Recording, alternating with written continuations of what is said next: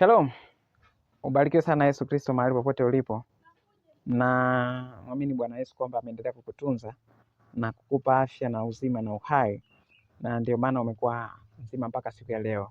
Nikualike tena katika kipindi chetu pendwa kabisa cha Jicho la Kilindi, maalum kabisa kwa ajili ya kuifyonza kuipata ile baraka iliyowekwa katika kifungu fulani cha Biblia katika ukubwa wake. Na bila kupoteza muda, tulikuwa tumeshaanza kitabu cha Waefeso na tukaanza mstari wa kwanza, na kama kwa namna moja ama nyingine hujapata kipindi kilichopita, ningekusii urudi nyuma kwanza ukisikilize, alafu uje tuendelee hapa, kwa sababu kulikuwa na mambo mengi sana, sitaweza kurudia pale. Lakini kimsingi Paulo mtume wa Kristo Yesu kwa mapenzi ya Mungu kwa watakatifu walioko Efeso wanaomwamini Kristo Yesu. Hapo tuliangazia Paulo, lakini tukaangazia mtume wa Kristo Yesu, sio wa watu wengine, kwa mapenzi ya Mungu. Yes, tukagusia na haya maeneo mengine, lakini tunataka niende leo deep kidogo, nitulie kidogo hapa, tuangazie neno watakatifu walioko Efeso wanaomwamini Yesu. Je, kuna watakatifu kweli hapa duniani siku za leo, au tutakuwa watakatifu mbinguni, au kisha kufa ndo kikao fulani cha watu wenye heshima watakutangaza kuwa mtakatifu? Na inakuweje basi hawa Waefeso walikuwa bado hawajafa na wakatangazwa kuwa watakatifu? Nini kinaendelea hapo? Karibu sana darasani, tuende tukajifunze neno la Mungu ili uweze kupata katika ukubwa wake baraka hizi. Mimi nataka nikwambie kitu kimoja ambacho nilikuwa nimeshakirudia pale, lakini nikasema kwamba weka mambo yako pembeni, weka vitu ulivyofundishwa na kukariri pembeni. Sisemi kwamba havifai, lakini ukavilinganishe na neno la Mungu. Sasa kwamba tulifundishwa hivi, lakini je, ndivyo neno linavyosema? Wow. Nataka niende moja kwa moja kwa sababu ya muda, sitarudi tena kule nyuma. Ndio nataka uende kule ukasikilize mwenyewe, ukaangalie upate baraka yake kwa ukubwa. Lakini leo tuende tukaangalie watakatifu walioko Efeso. Jamani, Efeso ni miji fulani ya huko Ugiriki, duniani hapa, sio mbinguni kwamba kuna mtaa unaitwa Efeso. Ni miji tu ambayo ilikuwa na watu wenye dhambi na watu watakatifu na watu walikuwa wanaabudu mashetani, lakini walikuwepo ambao walikuwa wanaabudu Kristo Yesu, ambao Paulo anawaita watakatifu walioko Efeso. Wazo langu sasa linakuwa kwamba kama kuna watakatifu Efeso, mji ambao uko dunia hii tuliopo sisi, basi kunaweza kuwa na watakatifu Dodoma, basi hata hapa Arusha kunaweza kuwa na watakatifu, basi Washington pia hapo ulipo kunaweza kuwa na watakatifu. Wapi England kunaweza kuwa na watakatifu, Pretoria pia watakatifu wanaweza kupatikana, Kongo Kinshasa wanaweza kupatikana watakatifu. Haleluya. Kali zaidi hata kijijini kwenu kule unakoishi wote ni wachawi watakatifu pia wanaweza kupatikana. Swala ni kwamba vigezo na masharti vya namna anavyopatikana mtakatifu vikikidhiwa hivyo, basi mtakatifu anaweza kupatikana. Kwa swala hasa sio kunaweza kuwa na watakatifu duniani, swala ni watakatifu duniani wanaweza kupatikana kwa namna gani? Hilo ndio swala msingi. Lakini kwamba wapo au hawapo, wapo. Kama walikuwepo Efeso, walikuwepo Korinto, walikuwepo Warumi, basi wanaweza kupatikana Mbeya, wanaweza kupatikana Kiela kule Tukuyu, wanaweza kupatikana pale Mlo pale. Haleluya. I love Jesus the Lord. Amen. So kuna ngazi mbili za utakatifu kwa mujibu wa Biblia, na nitaenda kuziangazia hizo ngazi mbili za utakatifu, ambapo hizo ngazi mbili ndio zinatupa nguvu ya kusema kuna watakatifu duniani. Na mimi pia kwa ngazi hizo mbili naweza nikajitangaza kabla sijafa kwamba mimi pia ni mtakatifu. Oh my God. Mtakatifu wewe? Si kaa chini kwanza usikilize neno alafu utasema baadaye. Ngazi ya kwanza inaitwa uteuzi au cheo, na ngazi ya pili inaitwa kwa vitendo au practical. Sawa? Ngazi ya kwanza ni unateuliwa kuwa mtakatifu, sio kwamba kwa ajili yako mwenyewe, just tu unateuliwa. Yesu akaliweka wazo hili wazi kabisa, akasema hivi: hakuna awezaye kuja kwangu mimi Yesu Kristo ninayetakasa watu, isipokuwa amevutwa na Baba. Sawa? Kwa hiyo amevutwa. Kwa hiyo Baba ataachilia nguvu zake, atavuta mtu aje kwa Yesu Kristo atakaswe. Kwa hapa tunapata wazo la utakatifu sasa ni kutengwa, na kimsingi hiyo ndio maana hasa ya utakatifu. Utakatifu ni kutengwa, sawa? Tunaposema umetakaswa, maanake umetengwa. Sasa hakuna anayeweza kufanya hivyo wewe mwenyewe isipokuwa amevutwa kuja kwa Yesu Kristo, ukatakaswa na damu yake, ukatengwa na dhambi zako. Haiwezekani mpaka umetengwa. Kwa hiyo kama ni kuvutwa na Baba, basi ni kuchaguliwa na Baba, basi linakamilika sasa lile wazo la kwamba utakatifu ni kutengwa na Baba. Na kama ni kutengwa na Baba, basi si mtu kwa ajili yake mwenyewe, lakini ni kwa ajili ya Baba. Sawa, ni kwa ajili yake yeye aliyetenga, ni kwa ajili yake yeye aliyeamua kumchagua mtu fulani kwamba ngoja huyu awe mtakatifu. Kwa maneno mengine sasa, hautegemei sana huyu mtu yukoje au hayukoje, historia yake ikoje au haikoje. Inategemea amevutwa na Baba au hajavutwa na Baba. Kama amevutwa na Baba na akaitikia mvuto ule, huyu mtu ameteuliwa. Na katika maana ya kuteuliwa, kwa maana ametengwa, kwa maana ni mtakatifu. Haleluya. Yesu akaongeza akasema, si ninyi mlionichagua mimi. No. Ni mimi niliyewachagua ninyi. Kwa hiyo ni chagua, manake kulikuwa vingi, nikakutenga wewe kwa ajili yangu. Kwa nimekutakasa, kwa maana nimekutenga. Sawa? Kwa utakatifu sasa ni kutengwa kwa ajili ya Kristo Yesu. Amina. Katika ngazi ya kwanza utakatifu ni kutengwa. Kwa hiyo tunaposema fulani mtakatifu, unachokuwa unakiongelea tu pale bila kugombana na watu wa dini na kupishana, ni kwamba nimetengwa kwa ajili ya kusudi la nani? La Mungu. Nimetengwaje? Nimetengwa miongoni mwa ndugu zangu. Nilikuwa napotea katika dhambi kama wengine, lakini nimetengwa. Lakini pia nilikuwa nimeambatanishwa na dhambi zangu mwenyewe na zile nilizolisi na za wapi na damu ya Yesu ikanitenga, sawa, ikaniweka mbali na dhambi zangu. Nimetakaswa, nimetengwa, ni mtakatifu, ni aliyetengwa. Simple? Clear? Yeah, simple and clear. Wazo la pili au ngazi ya pili ya utakatifu ni ule utakatifu ambao tunasema kwa vitendo, ambao huu ni mwitikio wa ile ngazi ya kwanza, kwamba kwa sababu sasa nimetengwa, ninaishije? Sio kama nguruwe unatengwa na yale majalala tena unarudi mule tunaongelea sasa ngazi ya pili. Lakini ngazi ya kwanza umetengwa, lakini sasa ngazi ya pili kama mwitikio wa kule kutengwa, tunasema kuna vitendo vya kujitakasa. Haleluya. Sasa nataka nisisitize hapo kwamba huu ni mwitikio wa ile ya kwanza, kwa sababu hii yenyewe kama yenyewe haiwezi kufanya wewe ukampendeza Mungu kama ile ya kwanza haujaitikia ya kutengwa na Baba, ya kutengwa na Yesu Kristo, ya kusafishwa na Yesu Kristo, ukaweka imani yako katika damu yake yeye. Sasa ukishindwa kuitikia ile pale, hii ya pili haikuhusu. You get me?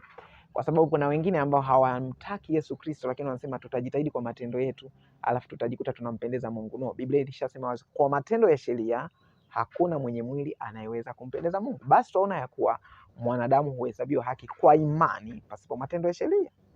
Wow. Okay. Kwa hiyo anapokea kwanza imani ya kwamba damu ya Yesu Kristo ina uwezo wa kunitenga mimi na dhambi zangu. Hiyo ni level ya kwanza. Then anaingia level ya pili. Anaishije sasa kama mtu aliyetengwa? Haleluya. Anaishije kama mtu aliyetengwa? Petro wa kwanza sura ya kwanza mstari wa 15 na 16. But as he who called you is holy, you also be holy in your conduct. Kama yeye aliyewaita alivyo mtakatifu, nanyi pia iweni watakatifu katika mwenendo wenu. Haleluya. Kwa tunaagizwa sasa kwamba tumeitwa na aliye mtakatifu. Kitendo cha kwamba tumeitwa tayari tushakuwa watakatifu, lakini anasema sasa katika mwenendo wetu kwa nje, sasa pia tuenende katika utakatifu kwa nje. Kwa huu ni mwitikio wa kwamba tumeitwa na mtakatifu. Petro anaiweka wazi kabisa, tutaitikia kwanza. Kwa kwanza itikia, sawa, alafu kwa nje sasa onyesha kwamba umeitikia. Ndio ngazi ya pili ya utakatifu. Warumi 12 mstari wa kwanza nasema miili yenu, present your body as a living sacrifice, holy and acceptable unto God.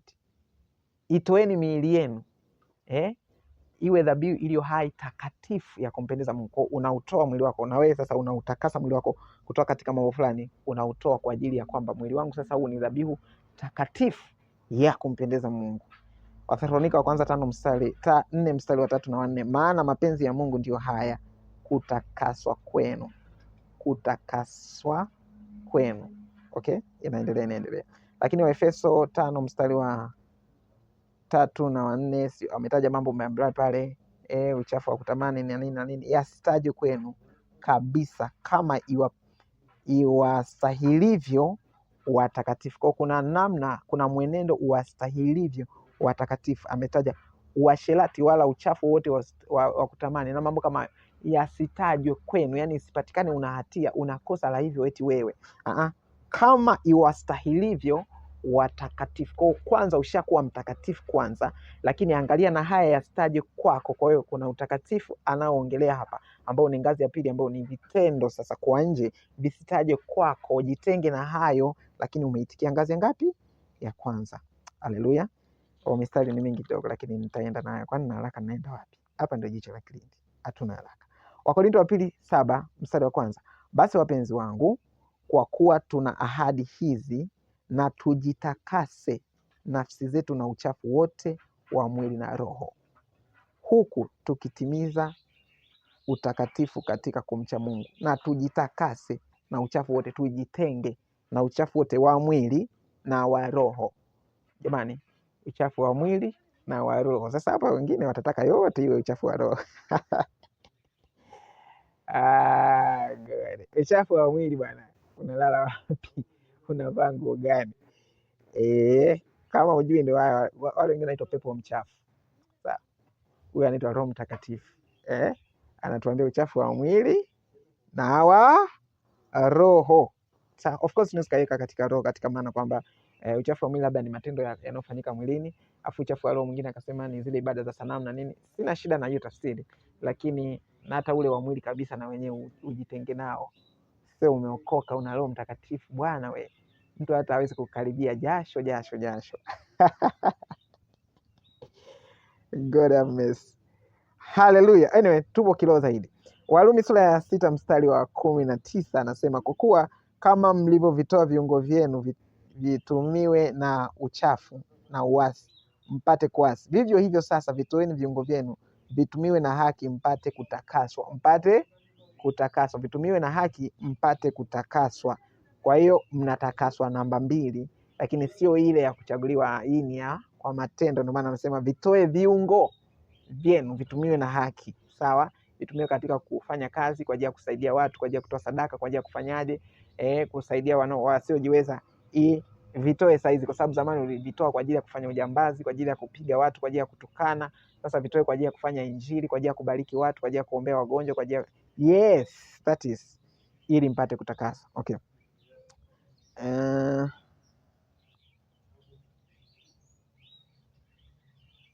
Okay, tunaendelea sasa.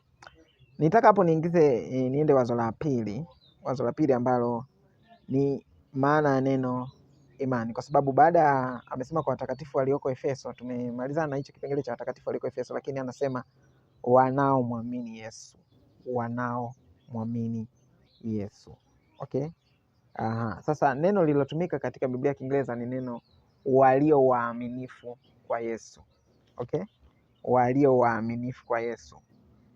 Lakini Biblia ya Kiswahili imesema wanaomwamini Yesu. Okay, sitaki kusema huyu yuko sahihi au zote tunabeba. Nimekwambia jicho la Kilindi tunataka kwa ukubwa, hatuachi kitu. Hatuachi kitu, labda ionekane kabisa haya ni makosa tu ya typing, ambapo ni nadra sana, lakini hatuachi kitu. Sawa? Okay, tuanze na walio waaminifu kwa Yesu. Waaminifu bana ni neno pistos katika lugha ya asili, yani naongelea lugha ya Kigiriki. Neno ambalo Paulo aliliandika pale ni neno pistos, mwaminifu, wa kuaminika, mwenye imani thabiti, anayesimama imara, yani mwaminifu. Hata katika lugha chetu tu ukiambia bwana fulani ni mwaminifu, kuna msemo unasema uaminifu ni mtaji, kwa maana kwamba ni mtu wa kuaminika. Nikikukopesha utanilipa. Sawa, ndio yako ni ndio, sio yako ni sio. Kwa hapo umejenga nini? uaminifu. Sasa Paulo anasema kwamba hawa ni waaminifu kwa Kristo Yesu. Yaani hawa ni watu ambao wamesimama na Kristo Yesu, hawayumbishwi kwa sababu za heri wala kwa sababu za sharti. Sawa, waaminifu kwa Kristo Yesu. Sijui kama umefikia hiyo level au ndio unaelekea. Wewe ni mwaminifu kwa Kristo Yesu. Yesu anaweza akakutaja kwamba mwaminifu. Haleluya. Labda kwa Kristo Yesu auelewe. Jirani yako anaweza kukutaja kwamba wewe ni mwaminifu. Labda jirani wale wazazi wako waliokulea, walezi wako wanaweza kusema wewe ni mwaminifu. Sasa maana hiyo sasa ilete sasa katika Kristo Yesu akuite wewe kuwa mwaminifu. Haleluya. Ndio analo neno alilolisema. Kwa hawa wa Efeso inafanana kabisa na wazo ambalo tumetoka kulizungumza hapo, kwamba si tu kwamba wameteuliwa ni watakatifu, lakini pia ni waaminifu. Yaani Yesu akiwacheck, au Paulo mwenye mwandishi alipowacheki aliona ni waaminifu kabisa. Katika lugha ya kinyumbani ni kwamba yule mtu ambaye anarudisha hadi change ya mwisho kabisa, huwa tunasema huyu jamani mwaminifu sana. Sasa kwa Yesu Kristo na kwenye Mungu anategemea hadi change ya mwisho unakuwa mwaminifu. Change ya mwisho inaweza kuwa nini? Inaweza kuwa change kama hivyo, usimwibie mtu, usifanyaje, lakini Yohana anasema uwe mwaminifu hata kufa nami nitakupa taji ya uzima. Kwa maana kwamba hata pale imani yako itakapojaribiwa ili uiache au uikane, na jaribu likawa zito hata likazungumzia mauti, pale uwezo wa kusema nitasimamia hiki kitu. Kibiblia pia unaitwa wewe ni nani? Ni mwaminifu. Unasema siwezi mimi mtumishi, mbona kama bado sijaokoka, kama wokovu ndio. Umejuaje kama huwezi? Nani amekuja akakuwekea bunduki kwamba unamtaka Yesu mtaki? Ili ujipime kwamba wewe ni mwaminifu hata kufa au vipi? Kwa hiyo una cha kusema kwamba wewe ni mwaminifu au sio, lakini twende kwa imani kwamba ndivyo tulivyo. Haleluya. Kwa hiyo ni wale ambao wamejitoa kikamilifu kwa ajili ya Kristo Yesu, anayesimama imara tunamuita mwaminifu. Okay? Yes. Sasa Paulo hapo ameweka pia mawazo mawili kati ya mtakatifu na mwaminifu. Mtakatifu na mwaminifu. Ikiwa katika Kiingereza imesema saint and faithful. Sawa? Saint and faithful. Mtakatifu na mwaminifu. Sasa mtakatifu ni kama nilivyosema kwamba mtakatifu ameteuliwa. Mwaminifu ni kwamba sasa anaishi sasa, kwa sababu ameshateuliwa, anayaishi yale maisha yale. Sasa ndio wanasema wazo hili sasa linaendana na hizi wale ambao tulikuwa tukizungumza hapo nyuma dakika chache zilizopita. Sawa? Watakatifu ni nafasi yao mbele za Mungu, wametengwa kwa ajili ya Mungu au ni watakatifu. Waaminifu ni maisha yao ya kila siku. Sawa? Hapa Paulo anaposema wanaomwamini Yesu, katika Kiingereza anasema walio waaminifu kwa Yesu, ni maisha yao ya kila siku. Ukiwaangalia hata wewe utasema kabisa hawa ni waaminifu kwa Yesu, ambao kwa mujibu wa dakika chache zilizopita ni utakatifu namba 2 au aina ya pili au ngazi ya pili ya utakatifu. Wanaishi kwa imani, wamebaki waaminifu kwa Kristo. Sawa? Kwa hiyo watakatifu inazungumzia wewe ni nani, uaminifu inazungumzia unaishije. Sawa? Ambapo sisi katika Kiswahili imesema tu wanaomwamini Yesu. Ndio tunauliza, je, unaishije maisha yako unayoishi? Yanaonesha kweli unamwamini Yesu? Mtu anaweza kukuangalia tu akasema na mimi ngoja niokoke, nianze kwenda kanisani kwenu. Nipe namba ya mtumishi wako. Sio tu kwa sababu ana upako wa kuombea, kwa sababu ya upendo ambao umemwonyesha. Tunaweza kupata ushuhuda kutoka kwako. Sema kuanzia sasa utapatikana kwa jina la Yesu Kristo wa Nazareti. Haleluya. Yes. Tofauti ya imani na uaminifu. Tofauti ya imani na uaminifu. Katika Biblia ya Kiingereza amesema uaminifu. Katika Biblia ya Kiswahili amesema imani. Sasa kipi ni kipi? Tunasomba zote mbili tunaondoka nazo. Imani imetajwa kama pistis. Uaminifu umetajwa kama pistos. Ni unaweza kuona hata jinsi yanavyosikika kwamba hili ni neno hili moja au lina asili moja. Sawa? Yes, lakini kwa ufupi tu imani tunaongelea kumwamini Mungu, kumtegemea, kukubali ukweli wake, kwamba neno lake ni kweli. Yaani imani simple tu kwamba neno la Mungu ni kweli. 3:4 Warumi anasema hasha Mungu aonekane kwamba ni kweli na kila mtu mwongo. Kwa imani ni simple tu kwamba neno la Mungu ni kweli vile lilivyosema, haijalishi kuna nini hakutakuwa nini. Neno la Mungu lilichokisema ni kweli. Hakuna kuyumba, hakuna kufanyaje. ni kuamini usichokiona. Basi now faith is the substance of things hoped for, vilivyokuwa vinatarajiwa sasa tunavyo, hata kama bado hatujaviona hivi kwa macho. Ni kuamini, imani. Sasa hapo tunakuwa tunaongelea kwa hapa anaposema katika maana ya Kiswahili kwamba wanaomwamini Yesu, tunaongelea kwamba sio lazima ukawa umaishawahi Yesu kukutokea kwenye ndoto, no, sawa? Kwa sababu tukitaka hivyo sasa tutakuwa tunaenda kwa kuona na sio kwa imani. Imani ni kwamba hivi ni ile ushawishi kutoka ndani, tunaita ushuhuda wa ndani kwamba nimeokoka, Yesu ni Bwana katika maisha yangu na alikufa na kufufuka. Hiyo inaitwa imani, kumtegemea Mungu na kupokea wokovu. Hiyo inaitwa nini? Imani. Kwa upande wa pili sasa, katika Kiingereza anaposema mwaminifu, anaongelea kudumu na kusimama imara katika ile imani uliyoipokea. Kwa hiyo ni matokeo sasa ya ile imani uliyoipokea, unaanza kuiishi. Haleluya. Kwa maneno mengine sasa, inaanza imani alafu inafuata uaminifu.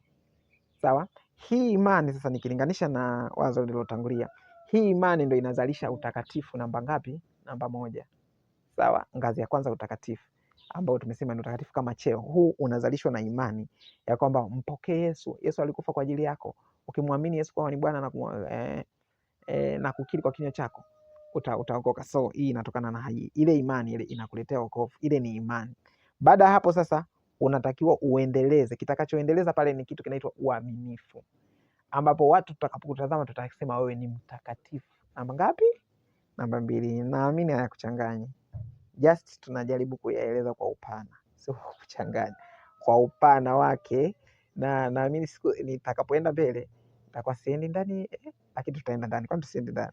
Okay, kumwamini Mungu, sawa, wakati yuko ni kudumu na Mungu. Uaminifu ni kudumu na Mungu, imani ni kumwamini Mungu. Imani inakaa ndani ya moyo, uaminifu unaonekana kwa matendo. Huwezi kusema mimi ni mwaminifu hata kama nyinyi mnasema mimi sio mwaminifu. Kama tunasema sio mwaminifu afu tuna vithibitisho, basi utusikilize ili uache. Lakini imani hatuwezi kujaji unayo imani au hauna imani. Sisi tutakachojaji ni uaminifu. Sawa, matendo yako ya nje yatatuonyesha kwa ile imani ipo au haipo. Kwa imani inakuleta kwa Mungu, wakati uaminifu unakuweka kwa Mungu. Kwamba Mungu jinsi unavyoishi tu unasema kweli huyu ana Mungu. Sawa? Kwa hiyo imani tunalinganisha na kuoa au kuolewa au kuingia agano. Imani unaingia agano na Mungu. Sawa? Uaminifu sasa ni unaliishi lile agano, ambapo sasa tunaweza kusema katika conclusion kwamba imani ni chanzo cha utakatifu wa kwanza na uaminifu ndio utakatifu wa pili, ambao watu wasiojua ile ya kwanza wao wanasubiri hii ya pili. Sawa? Lakini wakati mwingine naweza kutokea mazingira ambayo ile ya pili isiwe na nafasi ya kuonekana. Kwa mfano, yule mwizi wa msalabani alikuwa na imani ya kwamba huyu ni nani? Ni mwana wa Mungu. Alikuwa na imani, na Biblia inasema kila anayeamini kwamba Yesu ni mwana wa Mungu anaokoka. So alikuwa na imani kwamba huyu ni nani? Ni mwana wa Mungu. Sawa? Lakini hakupata nafasi ya kuonesha uaminifu wake kwa sababu alifia pale pale msalabani. So hatuwezi sasa tukasema huyu sio mtakatifu eti kwa sababu hakuwa na nafasi ya kuonesha utakatifu wake. No, alikuwa na utakatifu wa kwanza ambao unatokana na kumwamini Kristo. Haleluya. Yes. So hii inakuwa muhimu kwa sababu gani? Kumbuke nilisema siku ya kwanza kwamba kitabu cha Efeso ni kitabu ambacho kinatuweka sehemu ambapo tunaweza tukafanya vizuri mashindano na shetani, tukamshinda. Kinatuweka position, kwa sababu kabla hujaingia katika vita yote lazima ujue adui yako yuko wapi na wewe usimame wapi. So kitabu cha Efeso kinatuonyesha Yesu ametusimamisha wapi, alafu na adui yetu amesimama wapi. Katika maana kwamba sasa Yesu ametusimamisha sehemu ambapo sisi ni watakatifu, tumetengwa kwa ajili ya kusudi lake. Kwa ikitokea sasa shetani anataka akushtaki, umeingia katika maombi, shetani anasema wewe hamna kitu, mwambie wewe nimetengwa kwa ajili ya kusudi la nani? La Mungu. Mimi ni mtakatifu kabla sijafanya lolote. Kwanza nishakuwa mtakatifu kwa maana ya kwamba nimechaguliwa na Kristo na nimeitikia ule wito na nimemwamini Kristo. Mimi ni mtakatifu, na kwa sababu nimetengwa na Kristo, hilo wazo limeelezewa kule, lakini ni kwamba siko kule kwa zamani, nimehamishwa. Kwa hiyo mimi ni mtu mwingine, si yule ambaye ulikuwa unamtesa, ulikuwa na uwezo wa kumtesa. Mimi ni mtu mwingine ambaye hauna uwezo wa kukutesa. Nimebadilika kutoka miongoni mwa wateswaji kuwa mtesaji. Sasa nitakutesa wewe shetani, kwa sababu mimi ni mtakatifu, nimetengwa kwa ajili ya makusudi maalum ya nini? ya Mungu. Haleluya. Lakini inakuwa muhimu kwa sababu kuna roho zingine ambazo zinapenda kufuatilia zikiendelea kudai kwamba wewe ni mtoto wetu, sijui mizimu kama umesikia inadai kwamba wewe ni kijana wetu, wewe ni mtoto wetu. Yambie wewe, ni kweli kabisa nilikuwa kijana wenu, lakini sasa nimetakaswa na Kristo, nimetengwa. Mimi ni mtakatifu wa Mungu. Mizimu hapa ndipo mtakapoishia kwa jina la Yesu Kristo, kwa sababu Efeso 1:1 inasema kulikuwa na watakatifu Efeso wanaomwamini Kristo, na mimi niko hapa Arusha ninamwamini Kristo. Mimi ni mtakatifu, nimetengwa. Mizimu mwisho kufuatilia maisha yangu na kufuatilia familia yangu katika jina la Yesu Kristo. Na laana zote ambazo zinaweza kuwa unaziona kabisa zinatokana na watu wa kwenu, ziambie nimetengwa kwa ajili ya Kristo Yesu. Alafu kutoka hapo ishi sasa kama aliyetengwa kwa ajili ya Kristo Yesu. Haleluya. Mungu wa mbinguni akubariki sana. Hakuna shetani mwenye uhalali wa kuendelea kufuatilia, sawa? Hayupo, kwa sababu umetakaswa na Kristo, kwa sababu umetengwa. Amina. I feel like niendelee kuongea. Kuna mtu bado hajaelewa. Nasema hivi, ukimwamini Yesu Kristo umetengwa. Hakuna mizimu, hakuna laana ya mababu ambayo ina uhalali wa kuendelea kufuatilia, lakini zinaweza zikawa zinafanyaje?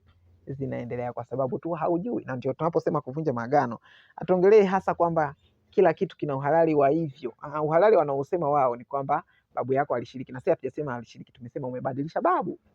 You didn't get the point. Umetengwa kutoka babu yako yule Mwafilombe, umebadilisha babu. Wagalatia 3 mstari wangapi anasema?